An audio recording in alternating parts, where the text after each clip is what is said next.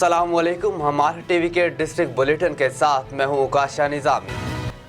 Bulletin में सबसे पहले खबर शामिल करें। आपको बताएं, ठहरी मीरवाह में बदतरीन महंगाई और बदअमनी के खिलाफ शहरियों और सिविल सोसाइटी की जानिब से एहतजाजी रैली। नाका चौक पर एहतजाजी मुजाहरा। पेट्रोल की बढ़ती हुई कीमतों के बाद बदतरीन महंगाई और बदअमनी के खिलाफ शहरियों और सिविल सोसाइटी के लोग जाग उठे। शहरियों और सिविल सोसाइटी के लोगों की जानिब से रैली निकाली गई। रैली में शरीक लोगों का कहना था कि इतनी महंगाई बढ़ गई है कि गरीब और मेहनतकश एक वक्त का खाना भी नहीं खा सकते। लोगों के नन्हे हाथों में प्लेकार्ड्स उठा रखे थे जिसमें महंगाई के खिलाफ नारे दर्ज थे। अब आपको बताएं, साबिक सेनेटर मुस्तफ़ा नवाज खोखर ने पीपल्स पार्टी क्यों अलग हुए और सेनेटर की सीट भी छोड़ दी। आइंदा इलेक्शन में किस हैसियत से शामिल होंगे, इस हवाले से मजीद जानते हैं हमारे नुमाइंदे एम ए राज से। जी एम ए राज, बताइएगा क्या तफसीलात हैं आपके पास। जी, हमारे साथ मौजूद हैं मुस्तफ़ा नवाज़ खोखर साहब, जो साबिक सेनेटर भी हैं और पीपल्स पार्टी के मरकज़ी रहनुमा भी थे। अभी उन्होंने पीपल्स पार्टी से रिज़ाइन कर दिया और सेनेटरशिप से भी उन्होंने रिज़ाइन कर दिया।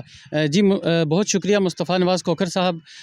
मैं ये कहूँगा कि आप जो पाकिस्तान की मौजूदा सूरत हाल है, इसमें बारिश का पहला कतरा साबित हुए हैं, जो इन मसाइल को देखते हुए जिन्होंने सियासत से भी अलहदगी इख्तियार की और सेनेटरशिप भी छोड़ दी। तो इसकी क्या वजह बनी और आप मुल्क पाकिस्तान के लिए क्या ख्यालात रखते हैं? देखिए, वजूहात तो मैं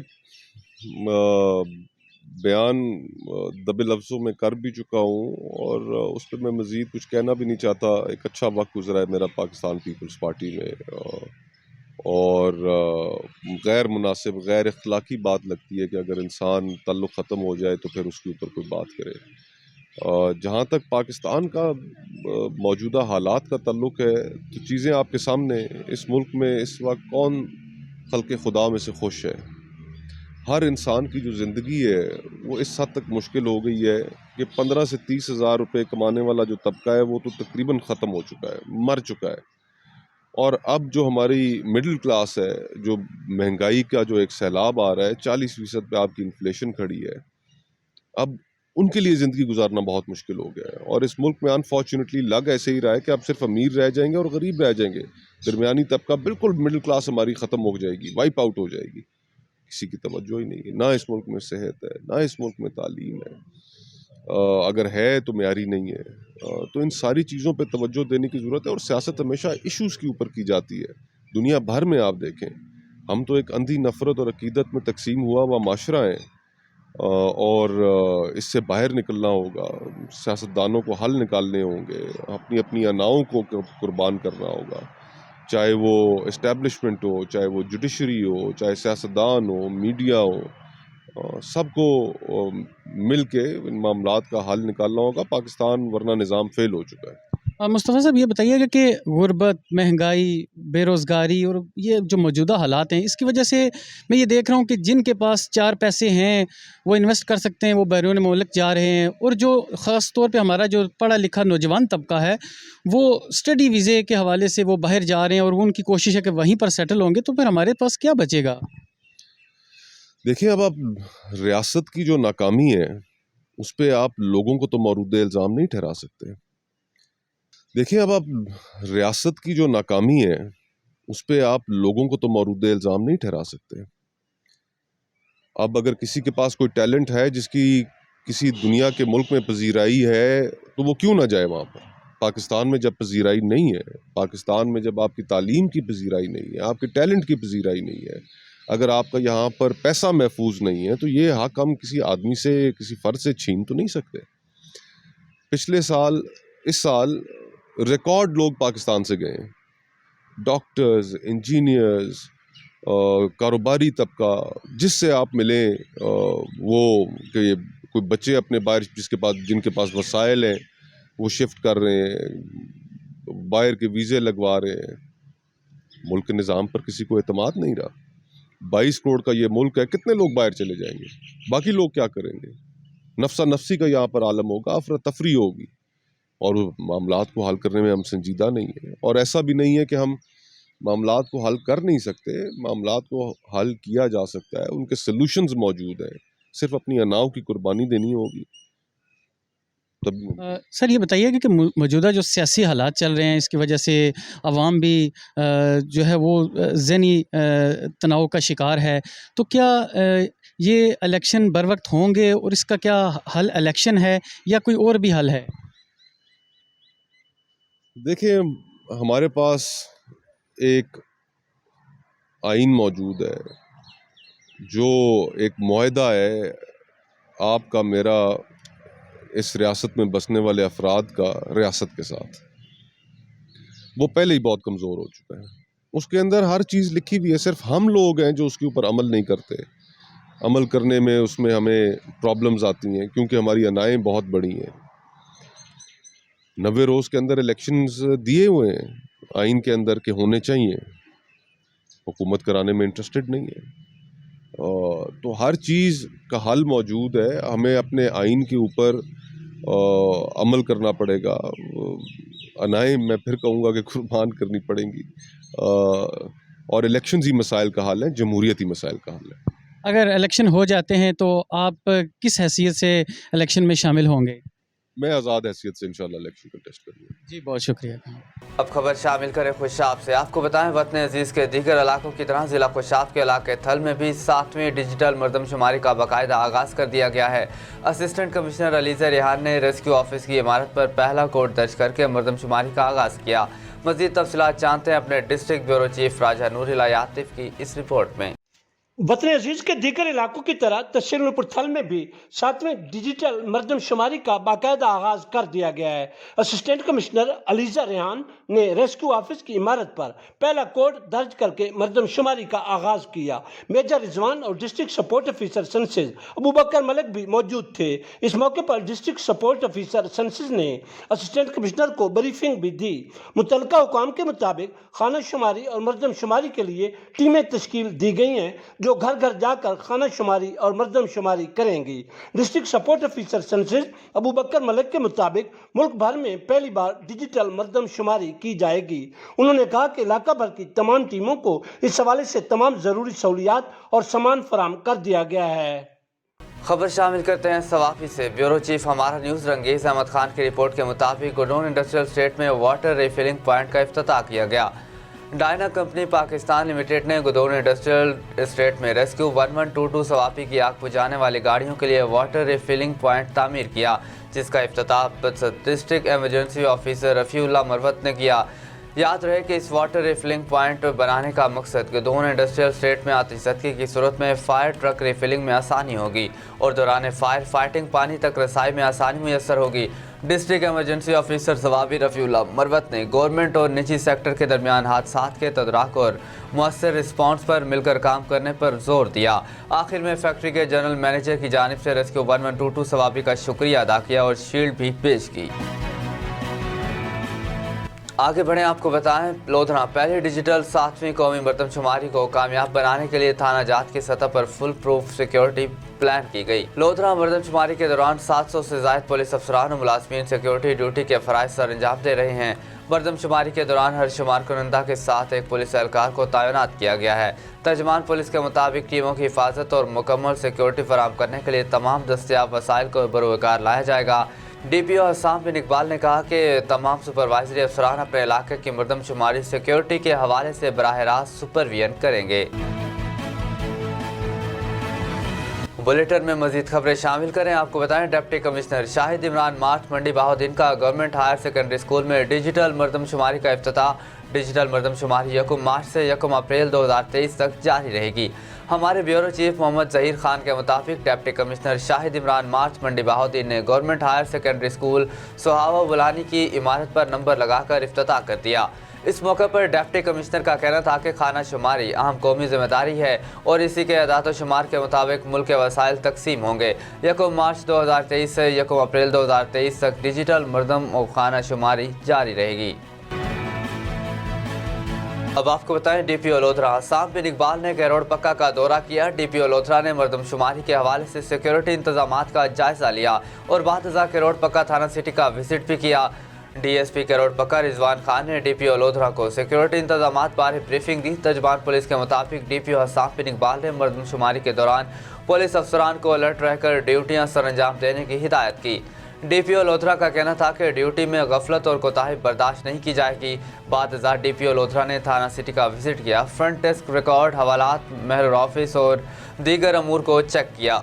इस मौके पर डीपीओ लोधरा ने एसएचओ सिटी और अफसरान को सर्विस डिलीवरी को मजीद बेहतर बनाने और मुस्तैदी से फ़राइज़ सर अंजाम देने की हिदायत की। अब रुख करते हैं हासिलपुर का, जहां तकरीबन 2 माह बाद international biker Mohammad Faheem Zia motorcycle पर उम्रा अदायगी के बाद हासिलपुर पहुंच गए। शहरियों और दोस्त अहबाब की जानिब से शानदार इस्तकबाल किया गया। मज़ीद जानते हैं हासिलपुर से अपने नुमाइंदे डॉक्टर खादिम हुसैन बलोच की इस रिपोर्ट में।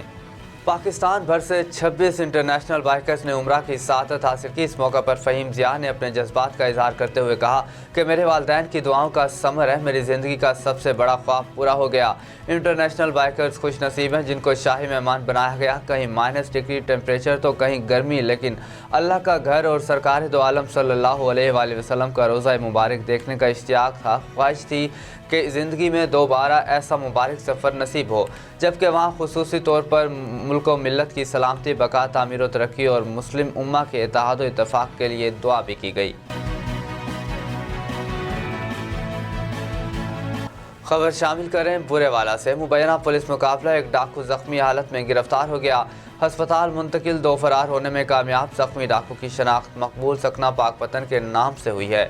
बुरेवाला वाक़या थाना गग्गू की हदूद 223 ईवी के करीब मुबैना पुलिस मुकाबला, 3 डाकू मोटरसाइकिल सवारों को लूट रहे थे कि पुलिस का सामना हो गया। डाकू ने पुलिस पे फायरिंग कर दी। जवाबी फायरिंग से 1 डाकू जख्मी जबकि 2 डाकू फरार हो गए हैं। डाकू की शनाख्त मकबूल सकना पाकपतन के नाम से हुई है। जख्मी डाकू को तहसील हेडक्वार्टर अस्पताल मुंतकिल कर दिया गया है। अब आपको बताएं, चिश्तियाँ काजीवाला रोड चक 102 फतेह के करीब नहर फतेह में 12 साला लड़का गिर गया। रेस्क्यू टीम ने मौका पर पहुंचकर लड़के की तलाश शुरू कर दी। चिश्तियाँ काजीवाला रोड चक 102 फतेह के करीब नहर फतेह में 12 साला लड़का गिरकर जान की बाजी हार गया। रेस्क्यू टीम को वाक़े की इत्तला मिलते ही मौका पर पहुंचकर लड़के की तलाश शुरू कर दी। रेस्क्यू टीम ने 1 घंटे के अंदर डेड बॉडी को निकालकर वरसा के हवाले कर दिया। जहां बाग होने वाले लड़के की शनाख्त मोहम्मद सलमान के नाम से हुई, जो चेचलाबाद का रिहायशी था। रेस्क्यू 1122 की टीम को इलाके के लोगों ने अच्छी कारकर्दगी को सराहा।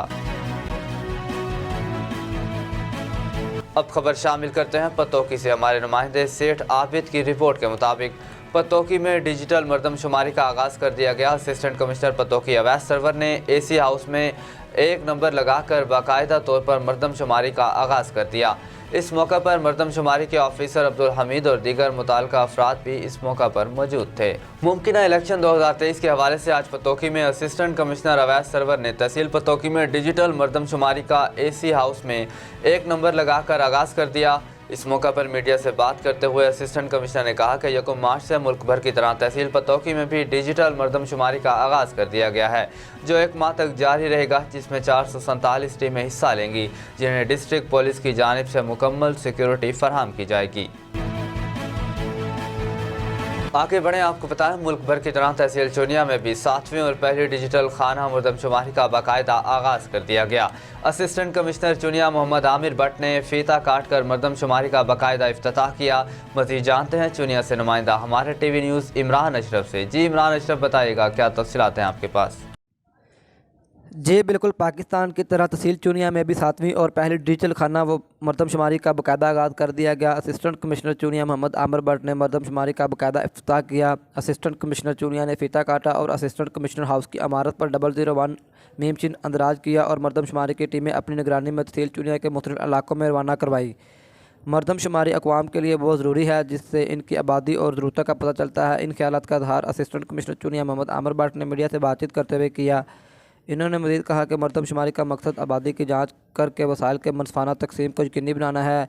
मुल्क की पहली डिजिटल मरदमशुमारी में शुमार कुनिंदगान घर घर टीमें सर अंजाम देंगी और मरदमशुमारी एक कौमी फरीज़ा है। शहरी डिजिटल मरदमशुमारी के लिए आने वाले शुमार कुनिंदगान से ताउन करें। ज़िली इंतज़ामिया डिजिटल मरदमशुमारी की कामयाबी के लिए तमाम वसाइल बुरे कार ला रही हैं। जी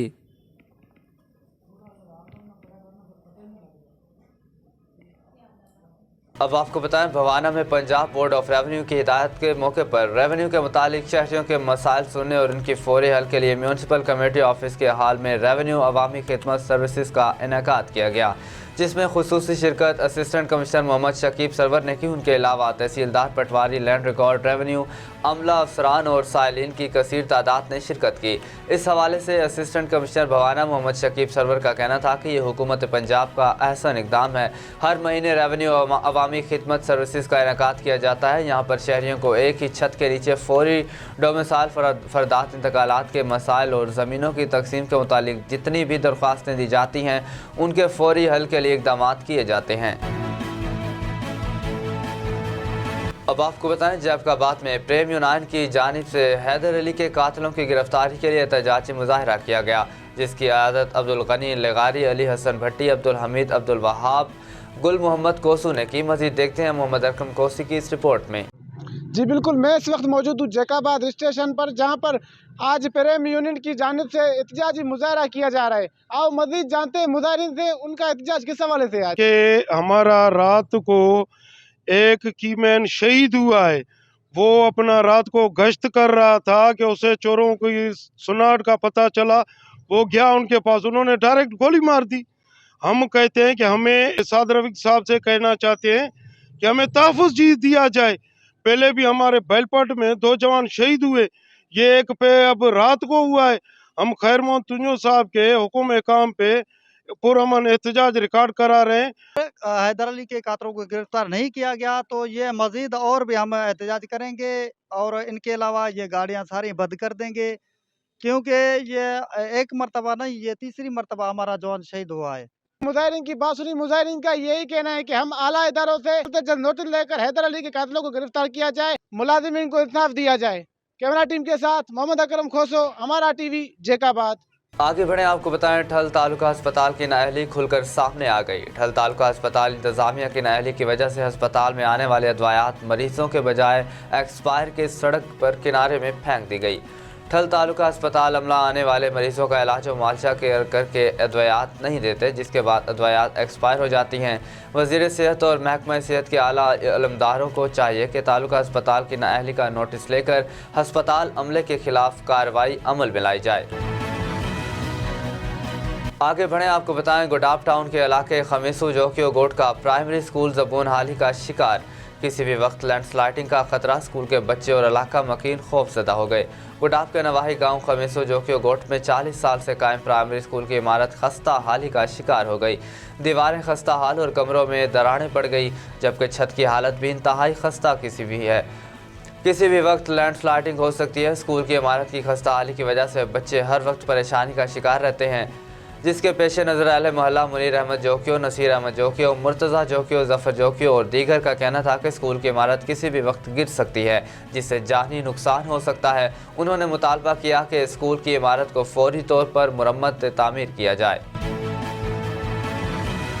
कलर सैयदा से अब्दुल अजीज़ बादशाह के मुताबिक ताज़ा तरीन खबर से अपडेट कर रहे हैं। City police officer Rawalpindi Syed Khalid Mahmood Hamdani, SP Saddar Rawalpindi division Mohammad Nabeel Khokhar की खुसूसी हिदायत पर SDSPO सर्कुलर कोटा कलर सैयदा DSP चौधरी असर अली की निगरानी में थाना कलर सैयदा की SHO Mohammad Aqeel Rathore, assistant sub inspector Mohammad Nabeel Baig ने जराइम पेशा अफराद और समाज दुश्मन अनासिर के खिलाफ कार्रवाई की। 1600 ग्राम चरस बरामद, मुलजिम गिरफ्तार। अवामी और समाजी हलकों की तरफ से पुलिस को ज़बरदस्त अल्फाज में खराज तहसीन। कलर सईदा पुलिस ने दौरान गश्त खानदा रोड की जानिब से पैदल आने वाले शख्स शबीर अहमद वल्द मोहम्मद बशीर कौम ऐवान सकना खालसा तहसील कलर सईदा पुलिस की सरकारी गाड़ी देखकर यकदम वापस मुड़ा और जानिब कन्हादा तेज कदमों से चलने लगा, जिसको मशकूक जानते हुए रोक कर चेक किया तो जिसके दाएं हाथ में पकड़े हुए नीले रंग के शॉपर में मौजूद मोमी लिफाफे में लिपटी हुई चरस गिरदार 1600 ग्राम आला क्वालिटी की चरस बरामद कर ली। मुलजिम के खिलाफ थाना कलर सईदा में 9C के तहत मुकदमा दर्ज करके हवालात में बंद कर दिया गया। अब आपको बताएं, इदारा अमन तालीम की जानिब से इस्लामाबाद में 4 रोज़ा तरबियती वर्कशॉप का इनेकाद किया गया, जिसमें इस्लामाबाद समेत सूबा पंजाब और सूबा खैबर पख्तूनख्वा के मुख्तलिफ अजला और शहर से प्रिंट मीडिया, इलेक्ट्रॉनिक मीडिया और सोशल मीडिया से वाबस्ता मीडिया मुअस्सिरान ने शिरकत की। इस हवाले से मजीद बता रहे हैं उस्मान पराचा अपनी इस रिपोर्ट में। इस्लामाबाद में इलेक्ट्रॉनिक, प्रिंट और सोशल मीडिया से वाबस्ता अफराद के लिए 4 रोज़ा ट्रेनिंग वर्कशॉप का एहतमाम किया गया, जिसमें इस्लामाबाद समेत खैबर पख्तूनख्वा और पंजाब के मीडिया मुअस्सिरान ने शिरकत की।